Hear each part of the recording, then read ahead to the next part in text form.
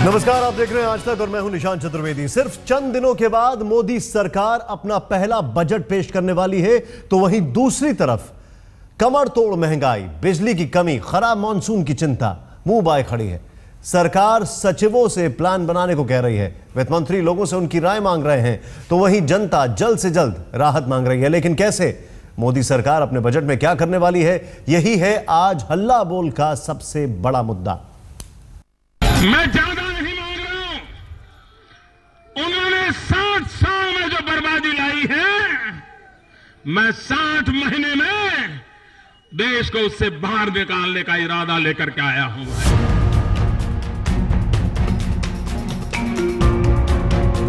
60 महीने में से पहला महीना शुरू हो चुका है और अगले महीने देश का बजट पेश होगा। बजट से पहले कमजोर मॉनसून की आशंका, प्रचंड गर्मी में बिजली की कमी और उम्मीदों से भरी जनता का दबाव तैयार है।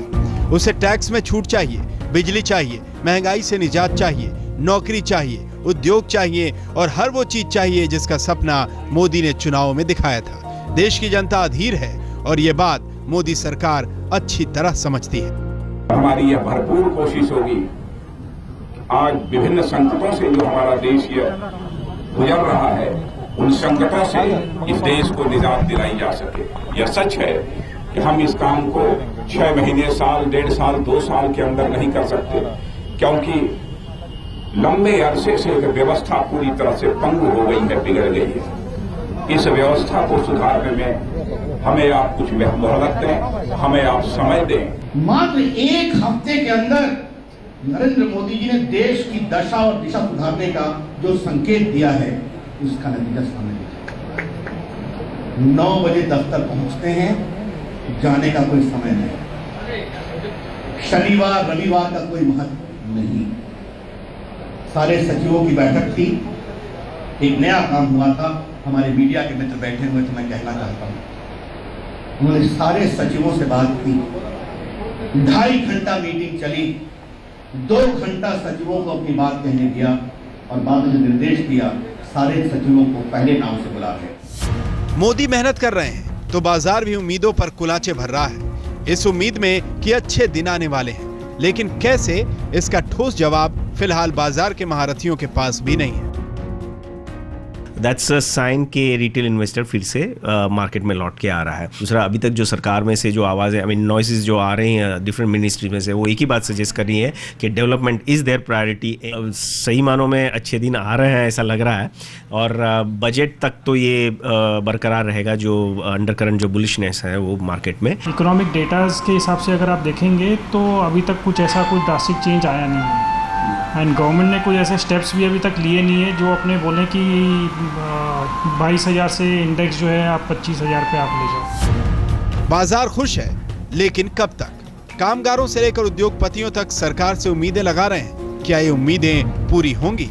जो सैलरीड एम्प्लॉयज़ है, हमने कहा है कि कम से कम जो टैक्स की लिमिट है वो 5 लाख होनी चाहिए और जो 7th पे कमीशन आपने किया है तो इंटरिम रिलीफ और डीए मर्जर और ये सारी बातें उसमें करनी चाहिए। जो आज इन्वेस्टमेंट प्रमोशन में हमें सबसे बड़ी तकलीफ आ रही है या हिंदुस्तान को सबसे बड़ी तकलीफ आ रही है, वो है कि एक अनुकूल टैक्स वातावरण नहीं है।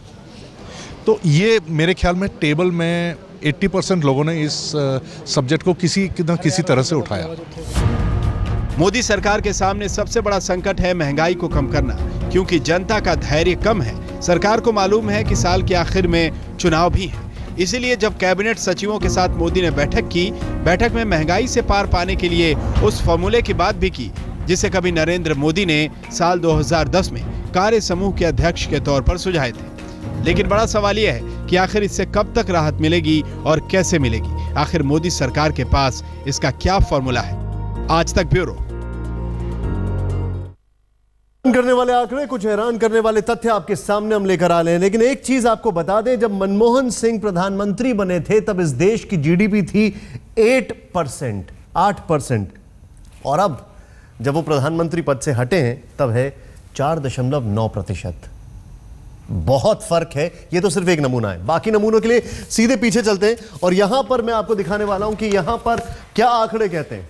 आंकड़ों की जुबानी एक एक चीज हम आपको बताने जा रहे हैं। जरा यहां पर स्क्रीन पर आप देखें कि क्या वो चीजें हैं जो कि तब्दीलियों में हैं। अब आप ये देखें, 2008 से लेकर 5 सालों में भारत की जीडीपी 3.89, फिर 8.48, ये देखिए ये यहां पर, और अब यहां तक अगर आप आए तो 4.79 और फिर 5.02। यशवंत सिन्हा का ये कहना है, ये जो आप 5.02 संभावना देख रहे हैं या 4.74 देख रहे हैं, ये सब मैनिपुलेशन है, ये आंकड़ों की हेराफेरी है, ऐसा कुछ भी नहीं है। ये एक आंकड़ा आपके सामने है, किस तरीके से ग्राफ ऊपर जाके नीचे आ रहा है। लेकिन अब यहां पर 5 साल में भारत की खेती की विकास, ये बहुत ज्यादा मायने रखता है, खेती का विकास, क्योंकि इसको आप समझिए, यहां पर दशमलव, वो भी नेगेटिव में, 0.27, फिर 0.41, फिर 9.54, 5.34 और यहां तक आते आते 2012-2013 में 0.91। यहां पर भी काफी क्षति हुई है। अगर ये आंकड़ों की बात करें, ये आपको आंकड़े हम बता रहे हैं। यहां पर चिंता का विषय यह है कि अभी तक मॉनसून की जो संभावना है, वो बताया जा रहा है कि बहुत अच्छा मॉनसून इस बार आने वाला नहीं है। इतिहास अपने आप को दोहराता है, 1999 में भी कुछ यही हाल था। लेकिन अब सबसे बड़ी बात, भारत में औद्योगिक विकास, अब इंडस्ट्रियल ग्रोथ ये एक ऐसा सेक्टर है जिसको लेकर कुछ मेजर पॉलिसी चेंजेस उम्मीद की जानी चाहिए, हो बेहतर होगा, या चीजें जो स्ट्रक्चर पे। अब आप देखें 4.44, 2008-2009 की बात की जाए, ये हम 5 साल के आंकड़े आपको बता रहे हैं। 9.16, 7.55, 2010-2011 की, थोड़ा और आगे जाइए 7.81, और यहां पर ये देखिए, अब ये जो आंकड़ा है, ये बहुत चिंता का है। इंडस्ट्रियल ग्रोथ की अगर बात की जाए 0.35, 0.96, ये अपने आप में चिंता का एक विषय है, क्योंकि दिखाई देता है कि इससे लोगों को परेशानी, मतलब जो एक इंडस्ट्रियल सेक्टर है उसको बहुत ज्यादा बूस्ट नहीं मिला है।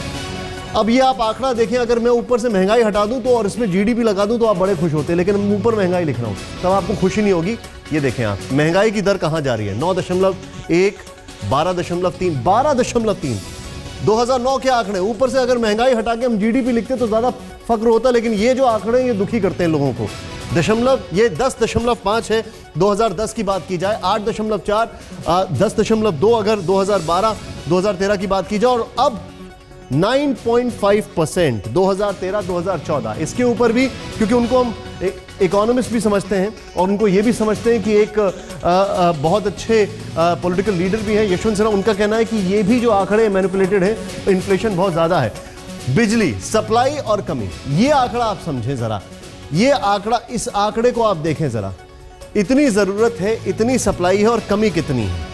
सबसे पहले दाम से ज्यादा जरूरी यह है कि कमी की पूर्ति की जाए। यह हम मेगावाट में आपको बता रहे हैं कमी, और जो उत्तर प्रदेश में आपने हाल फिलहाल में देखा उसमें सबसे बड़ी वजह यही थी कि वहां पर कमी बहुत थी।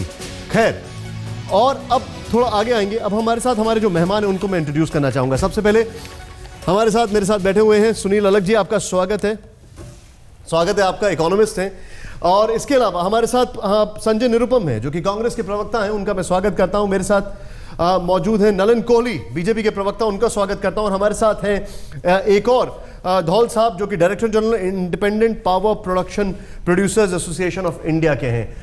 लेकिन सबसे पहले सुनील अलग जी, चुनौतियां बहुत ज्यादा हैं, काम करना शुरू कर दिया है। सबसे पहली चुनौती महंगाई, दूसरी चुनौती डेवलपमेंट, कैसे इसको टारगेट किया जाएगा? जी देखिए, डेवलपमेंट, आप पहले तो मैं कह रहा हूं कि ये जो बजट है ये इंटरिम बजट होने वाला है। फरवरी में उनका रियल पहला बजट होगा, तो इंटरिम बजट में ज़्यादा एक्सपेक्टेशन लेके बैठना भी गलत बात होगी। तो उनका, मेरे ख्याल मोदी जी का भी क्या प्रॉब्लम है और क्या परसेप्शन चेंज करना है कि ये नेशन अब मूव कर रही है। तो आपको डोमेस्टिक पीपल, मैन्युफैक्चरिंग जो आप रेस कर रहे थे, उनको बोलना कि आप बाहर जाके मत इन्वेस्ट करिए, हमारे इंडियन मैन्युफैक्चरर्स और वो सब बाहर जा रहे थे, आप यहाँ पे करिए। आप फॉरेनर्स को भी इनवाइट करेंगे, it not so much stock market में, वो क्या एसेट बिल्डिंग के लिए आप आइए, क्योंकि दैट विल जनरेट एम्प्लॉयमेंट। तो उनकी जो आप महंगाई की, आपने अभी स्टॉक मार्केट की बात की, मैं यहां पर अपने दर्शकों के साथ एक चीज जानना चाहूंगा। स्टॉक मार्केट जैसे ही 16 तारीख को रिजल्ट आए, 25,375 के आंकड़े पर पहुंचता है, पहली बार 25,000 का जो एक बैरियर उसको क्रॉस करता है। ये आपको लगता नहीं स्टॉक मार्केट खाली एक दिखावा है, इसमें कोई मेजर चेंजेस नहीं हुए हमने, या इन्वेस्टमेंट बहुत एकदम से फ्लो कर रहा है, ऐसा कुछ भी नहीं दिखाई दिया? आप देखेंगे दुनिया में सेंटिमेंट और परसेप्शन बहुत बड़ा रोल प्ले करता है स्टॉक मार्केट में। कोई भी जगह आप देख लीजिए, आप अमेरिकन का भी देख लीजिए, उनका इतनी बड़ी फिस्कल डिफिसिट होती है बट उनके स्टॉक मार्केट्स रिवाइव कर जाते हैं क्योंकि परसेप्शन है कि अमेरिका में कुछ ना कुछ एक्शन होगा। तो अब गवर्नमेंट ने कह लिया है कि भाई हम ये करने वाले हैं, तो ऑटोमेटिकली क्या देखने वाले हैं, मेरे ख्याल इस इंटरिम बजट में मोदी जी एक रोड मैप दिखा देंगे कि भाई ये डायरेक्शन में मैं लेके जा रहा हूं अगले 5 साल में।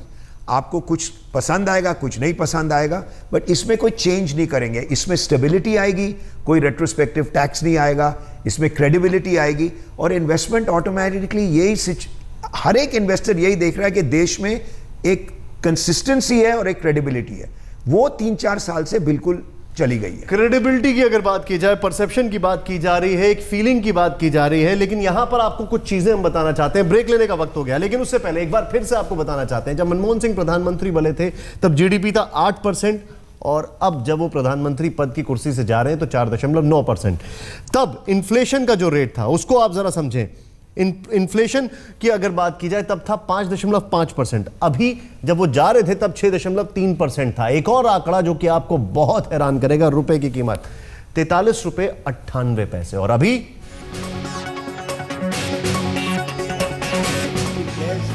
ब्रेक के बाद आपका एक बार फिर स्वागत है। यहां पर हमारे मेहमान हमारे साथ जुड़ चुके हैं। हैरी धौल साहब जो हमारे साथ हैं, जो कि बिजली के ऊपर हमारे एक्सपर्ट हैं, director general independent power producers association of India, उसके आपका स्वागत है हैरी धौल जी। यहां पर हमारे सामने 5 मुख्यतः सवाल हैं। पहला, इनकम टैक्स। दूसरा, बिजली की कमी कैसे पूरी की जाएगी। चौथा, किसानों की मदद कैसे होगी। पांचवा, चौथा रोजगार कैसे जनरेट किया जाएगा। और पांचवा, इन्फ्लेशन। सबसे पहले हैरी धौल साहब हमारे साथ जुड़े। सर, जो बिजली की कमी है इसकी पूर्ति कैसे की जाएगी। सरकार के सामने चैलेंज क्या है, आखिर दिक्कतें कहां कहां आ रही हैं। देखिए, ऐसा है, सरकार के पास बहुत दिक्कतें हैं, लेकिन सबसे पहले इशू ये आता है कि आप सरकारी अफसर को कैसे प्रोटेक्ट करेंगे, क्योंकि ये सेक्टर पहले सरकार चलाती थी, गवर्नमेंट चलाती थी, 100% गवर्नमेंट का सेक्टर था। अब आपने प्राइवेट सेक्टर को कहा है कि इसमें निवेश करें, आप अंदर आएं, चाहे वो जनरेशन हो, ट्रांसमिशन हो, डिस्ट्रीब्यूशन हो। साथ में आपने सरकारी अफसर के ऊपर शक करना शुरू कर दिया है कि वो जैसे प्राइवेट सेक्टर से बात करता है तो वो एक शक के घेरे में आ जाता है, तो वो डरा हुआ है वो डिसीजन लेने के लिए। पहली बात तो आप इसका एक समाधान निकालना पड़ेगा, क्योंकि आज की डेट पर भी 95% पावर सेक्टर सरकार चलाती है। दूसरा प्रॉब्लम ये आ रहा है जिसका आपका समाधान निकालना पड़ेगा कि आपके पास कोल इंडिया है, जो एक तरफ से तो आपके साथ मानिए 100 मिलियन टन, 100 मिलियन टन का कॉन्ट्रैक्ट साइन करता है, 60 मिलियन टन की गारंटी देता है, कहता है बाकी 40 आप टेंडर में खरीद लो। अब इसका जो इंक्रीज पड़ता है कंज्यूमर पे, उपभोक्ता पे जो बिजली का इम्पैक्ट पड़ता है, वो डिस्ट्रीब्यूशन कंपनी जब रेगुलेटर के पास जाती है, रेगुलेटर कहता है भाई साहब हम इसको पावर इंक्रीज नहीं दे सकते, हम बिजली का घाव घटाना चाहते हैं। लेकिन इसको जड़ से उखाड़ के अगर प्रॉब्लम को सॉल्व करना है तो कोल इंडिया को कहना पड़ेगा कि भाई साहब या तो आप सप्लाई कीजिए या आपका प्राइवेटाइजेशन किया जाए, या जो भी सोल्यूशन सरकार चाहे वो करे। नंबर 1। लास्ट पॉइंट जो मैं कहना चाहूंगा कि आप देखिए, आपने प्राइवेट सेक्टर को निवेश करने के लिए बुलाया है और प्राइवेट सेक्टर का हाल देखिए। दिल्ली में जहां से आप बात कर रहे हैं, आज 25,000 करोड़ रुपए का रेगुलेटरी एसेट हो गया है और जो 49% शेयर होल्डर है वो दिल्ली सरकार है और 51% जो है वो प्राइवेट सेक्टर है।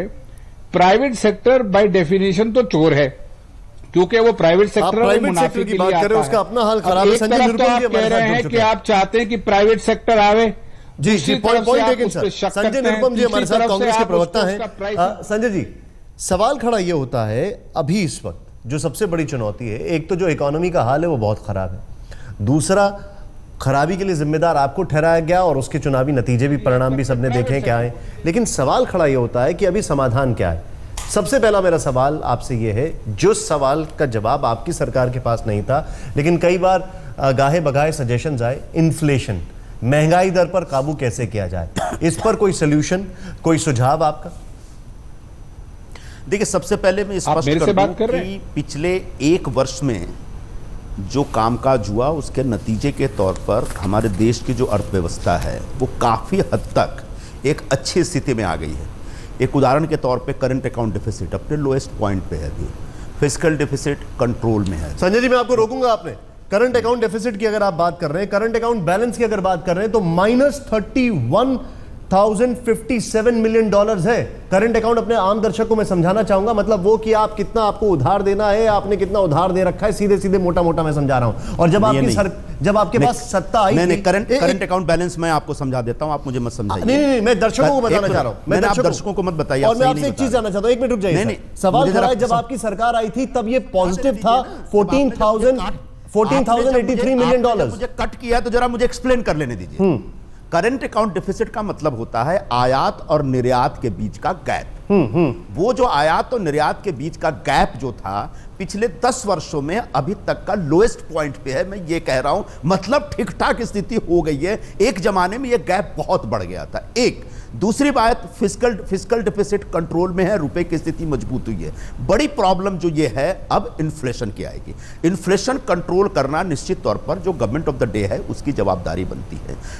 आज इन्फ्लेशन के नाम पर आप चुनाव जीत के आए हैं और आते ही आपने डीजल को हर महीने की तरह 50 पैसा महंगा किया और ऊपर से इनके मंत्री महोदय ने कहा कि यूपीए सरकार की जो नीतियां थी, जहां तक डीजल की प्राइसिंग की बात है, वो सही थी। अब आप कहेंगे कि एलपीजी सस्ता हुआ। फरवरी से लेकर अब तक 5 बार एलपीजी का भाव कम किया गया है, वो भी हमारी नीति के तहत हुआ, हमारे कार्यक्रम के। संजय जी, मैं आपसे सुझाव जानना चाहूं, आप जो पॉइंट बता रहे थे कि मेरे पास आंकड़े यहां पर है, मेरे पास ब्लैक एंड व्हाइट में आंकड़े यहां पर हैं। आप जो भी बात कर रहे हैं, इन्फ्लेशन की अगर आप बात करें, फिस्कल डेफिसिट 4.34% जब मनमोहन सिंह जी आए और अभी 4.77%। करंट अकाउंट बैलेंस की अगर बात की जाए 14,083 पॉजिटिव था, अभी नेगेटिव -31,057 हो रहा है।